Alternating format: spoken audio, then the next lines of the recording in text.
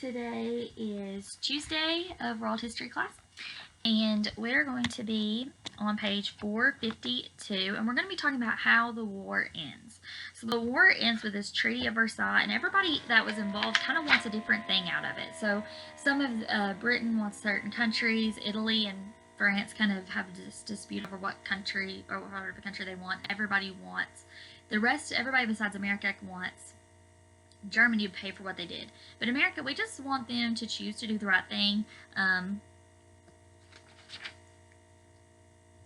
Woodrow Wilson was he was a Presbyterian man. He was highly a devout Christian man. And he really just wanted everybody to choose to do the right things and to follow God. That's really what he wanted.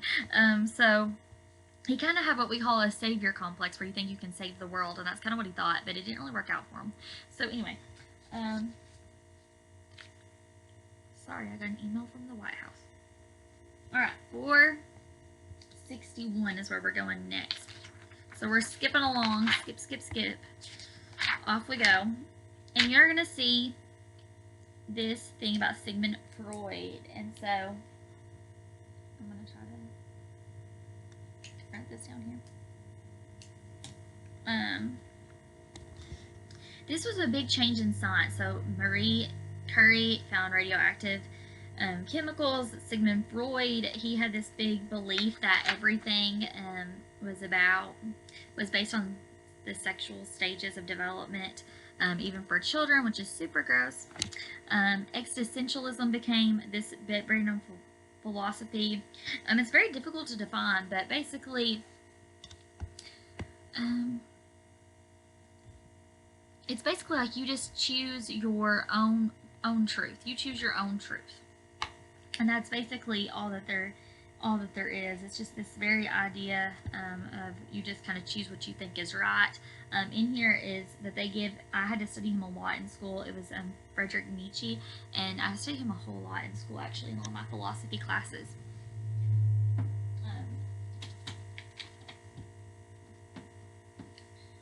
He had some very odd beliefs, that's for sure. I'll write down something to send you guys for this. That way you guys can read a little bit about Friedrich Nietzsche. I need to write that. So that way you guys know who this is. I can send you a link to him. It's very important because a lot of our philosophy from today came from his beliefs. Paintings and drawings, they started changing as well, like all art does. So basically, that's all you guys have for today, and just know that science and religion's changing. It doesn't talk about it in here necessarily, but this is also the same time period that the Scopes trials happen, and this big push for the social gospel, and really people trying to fight back against that and saying, no, like, we are fundamentalists. We believe in the fundamental doctrines of being a Christian. So I believe Jesus is born of a virgin. I believe he died on the cross for my sins. I believe he rose 3 days later. What we consider dogma issues in theology, that's what they were really trying to push for.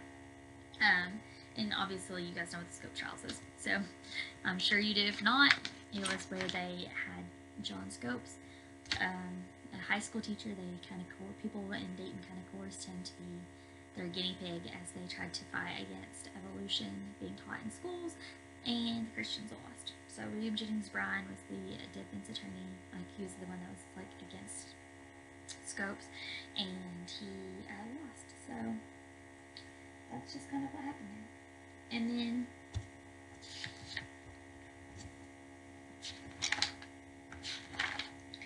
something that we didn't talk about was on page 452. I knew there was something I was missing here.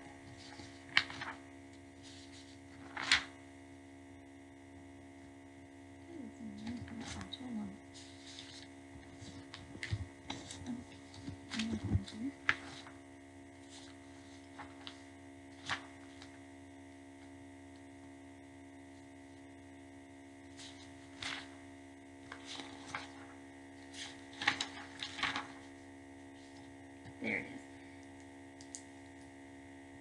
So you'll be reading 466, and so this is when we start the Great Depression. So right before this was the Roaring Twenties, and we we had a good market going for the most part. We were still kind of having some trouble because Germany wouldn't pay back their war debt, and so we were having a little bit of trouble with that. But when basically the Federal Reserve was not very careful with how they, which is basically the people that keeps up with the money supply of all of America, and they can control the money supply with the formula, and they were not very careful with that, and so the stock market after that just crashed, and that's when we suffered through the Great Depression, and unemployment rates were extremely high, and they created the New Deal, which stimulated jobs by creating all these different needs.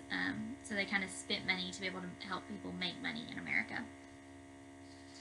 And you're going to read about the fireside chats through this, and basically every night, FDR was the president during the Great Depression, and every night he would come on the radio and talk about kind of what was going on in America.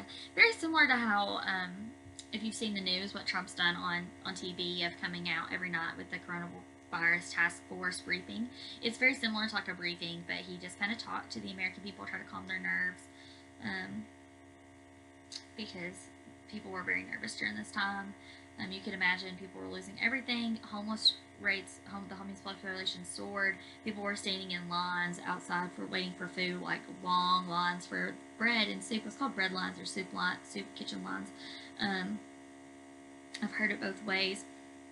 The Dust Bowl was happening out in the Midwest and just destroying crops, so it was hard to get food. Just everything about that time period was just desperate, and people were doing desperate things like everybody's trying to buy chickens to sell eggs, and people were making aprons out of and wearing like chicken feed bags as burlap bags as dresses, and just whatever they could do to keep afloat because it was just so bad.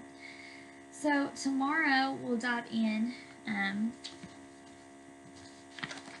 to World War II, and we're going to finish World War II on Thursday. So we'll do tomorrow on Thursday, and then you'll be done.